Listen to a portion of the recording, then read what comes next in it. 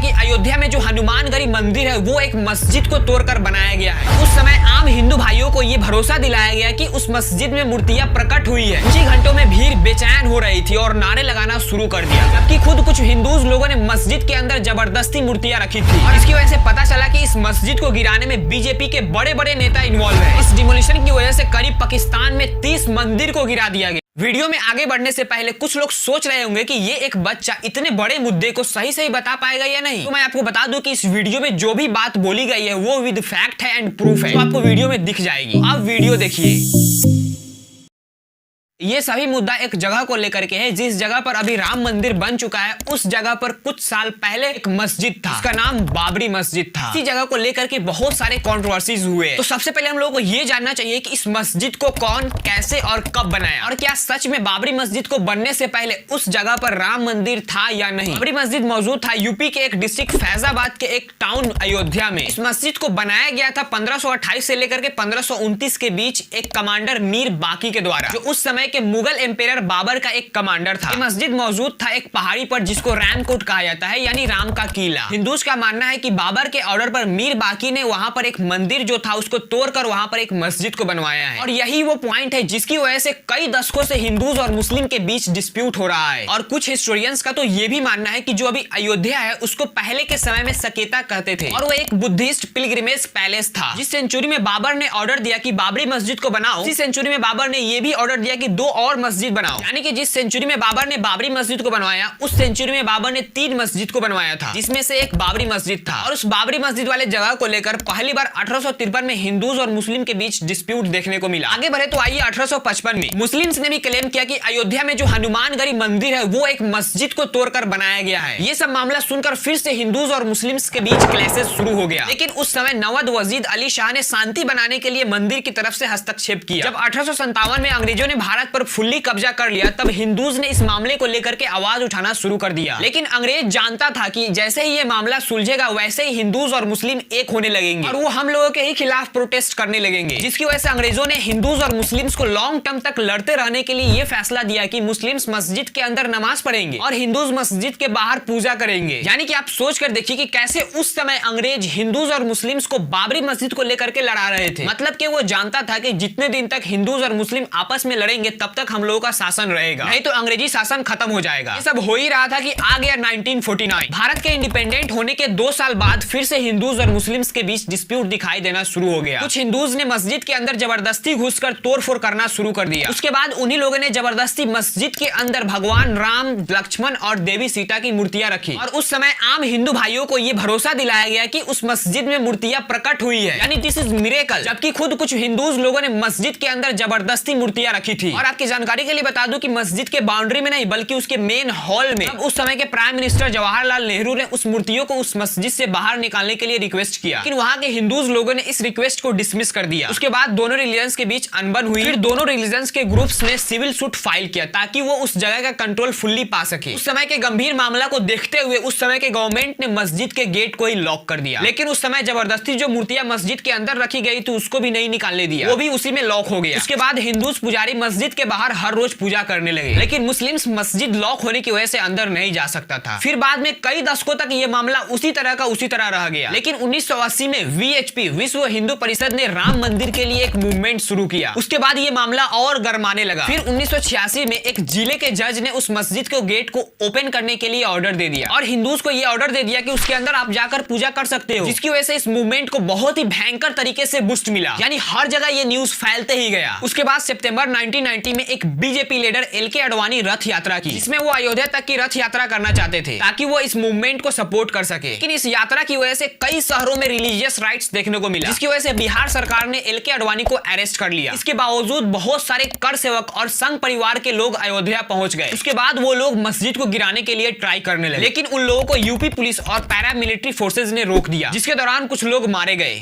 6 दिसंबर 1992 ये वो दिन है जिस दिन की वजह से पूरे देश में करीब 2000 लोग मारे गए थे। जी हाँ, इसी दिन बाबरी मस्जिद को हिंदूज द्वारा गिरा दिया गया और कुछ लोग इस दिन को इंडिपेंडेंट भारत के इतिहास के काले दिनों में से एक दिन मानते हैं। जैसे लोग 26/11 अटैक ऑफ मुंबई जो है उसको भी काले दिनों में से एक दिन लोग मानते हैं, उसी तरह इसको भी काले दिनों में से एक दिन मानते हैं। अगर आप जानना चाहते हैं कि 26/11 अटैक कैसे हुआ था और कैसे पाकिस्तानी टेररिस्ट हमारे देश में घुसकर हमारे ही देश को लोगों को मार दिया, इसके बारे में मैंने फुल डिटेल्स इस वीडियो में बताया है, जिसका लिंक डिस्क्रिप्शन में है। 6 दिसंबर 1992 ये वो दिन था जिस दिन बाबरी मस्जिद को गिराया गया, लेकिन उस दिन से पहले से ही बहुत सारे लोग बाबरी मस्जिद के जगह पर इकट्ठा हो रहे थे और 6 दिसंबर तक आरएसएस और उनके सहयोगी ने करीब 1.5 लाख वीएचपी और बीजेपी सपोर्टर्स को जमा कर लिया और उसी पूरी भीड़ में खड़े होकर कुछ बीजेपी लीडर्स स्पीच दे रहे थे, जैसे लाल कृष्ण आडवाणी, मुरली मनोहर जोशी और उमा भारती। कुछ ही घंटों में भीड़ बेचैन हो रही थी और नारे लगाना शुरू कर दिया। इसी भीड़ को काबू करने के लिए उस स्ट्रक्चर के चारों तरफ पुलिस फोर्स को तैनात किया गया था, लेकिन इन सब के बावजूद एक आदमी उस पुलिस घेरे को पार करके उस मस्जिद के ऊपर चढ़ने में सफल रहा और वो आदमी उस मस्जिद पर चढ़ के सैफ्रॉन कलर का झंडा लहराने लगा, जिसको हम लोग भगवा कलर कहते हैं, जिसकी वजह से भीड़ को और ज्यादा सिग्नल मिल गया और वो सभी लोग स्ट्रक्चर की तरफ भागने लगे। इन लोगों की भीड़ इतनी थी कि पुलिस भी वहां से भाग गई और वो पुलिस ऊपर से नजारा देख रहा था कि मस्जिद को कैसे तोड़ा जा रहा है, जैसा कि आप इस वीडियो में देख सकते हैं।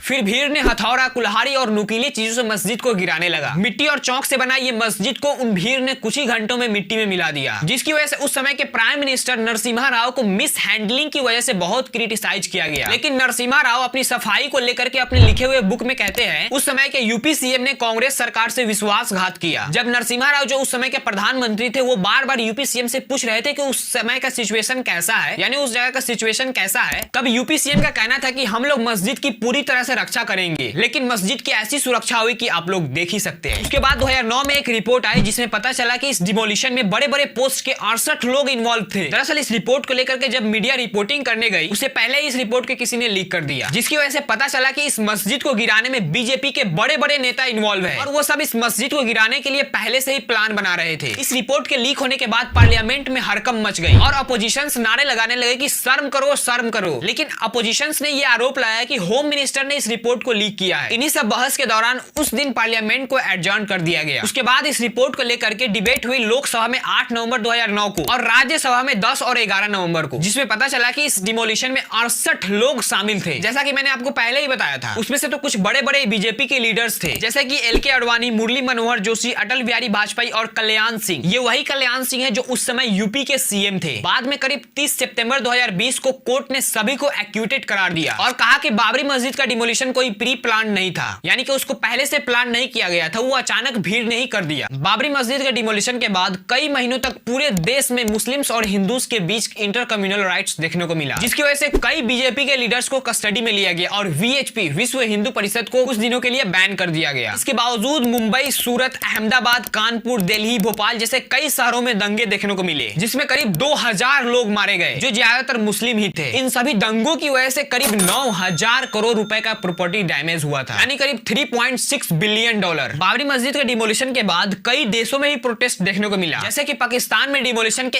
एक दिन बाद 7 दिसंबर को स्कूल और कॉलेजेस को बंद कर दिया गया ताकि इस डिमोलिशन के खिलाफ प्रोटेस्ट कर सके। पाकिस्तान ने यह प्रॉमिस किया था कि ओआईसी और यूएन कॉन्फ्रेंस में ये अपील करेंगे इंडिया में मुस्लिम्स के राइट्स को प्रोटेक्ट किया जाए। इस डिमोलिशन की वजह से करीब पाकिस्तान में 30 मंदिर को गिरा दिया गया। इसी तरह बांग्लादेश जो एक मेजोरिटी मुस्लिम्स कंट्री है, वहां पर जो एयर इंडिया कंपनी की एक ऑफिस है उस पर अटैक किया गया। इसी तरह मिडिल ईस्ट में भी कई इंडियन चीजों पर अटैक किया गया और यूके में भी कुछ मंदिर पर अटैक किया गया। आगे बढ़े तो अगस्त 2003 में ASI archaeological survey of India Allahabad high court के ऑर्डर पर उस डिस्प्यूटेड जगह पर खुदाई की, जिस सर्वे में दावा किया गया कि 10th सेंचुरी के एक मंदिर के अवशेषण मिला है। उसके अलावा और भी एविडेंस मिली थी। डिमोलिशन से पहले उस जगह की जब छानबीन हुई थी तब कुछ आर्कियोलॉजिस्ट वहां गए थे और देखे थे कि वहां पर जो पिलर्स है वो नॉन इस्लामिक इन नेचर है, यानी उस पिलर्स पर चित्र बनाया गया है जो मेनली इस्लाम में हराम है। इसी की वजह से ये कंक्लूजन निकाला गया कि उस उस मस्जिद से पहले वहां पर कोई ऐसा चीज था जो नॉन इस्लामिक इन नेचर था। 30 सितंबर 2010 को यूपी के हाई कोर्ट ने जजमेंट दिया कि अयोध्या के उस डिस्प्यूटेड लैंड को 2:1 के रेशियो में हिंदूज और मुस्लिम लिटिजेंट्स को बांट दिया जाए। वो पूरा हिस्सा 2.77 एकड़ का है, जिसको हाई कोर्ट ने